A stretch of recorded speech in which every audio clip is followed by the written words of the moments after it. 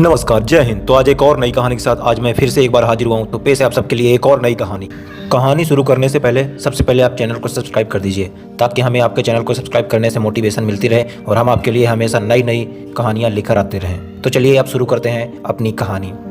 यह कहानी एक गाँव में एक छोटा सा बच्चा था।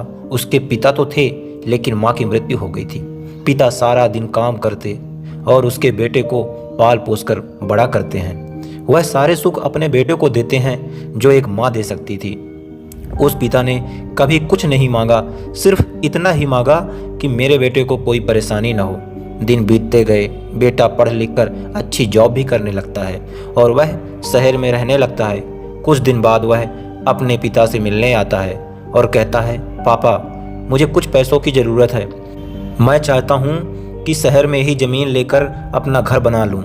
पिता इस बात को सुनकर बहुत खुश होते हैं। सोचते हैं कि मेरा बेटा एक न एक दिन नाम करेगा। जिंदगी भर की कमाई जो उनके पास बची हुई पूंजी को निकालकर अपने बेटे को दे देते हैं। बेटा शहर चला जाता है और उन पैसों से अपना घर बना लेता है।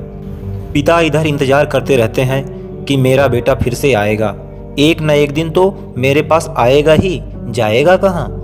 लेकिन उसके पास अब कोई नहीं जाता था, क्योंकि ना ही अब उसके पिता के पास पैसे थे और ना ही रहने की जगह थी।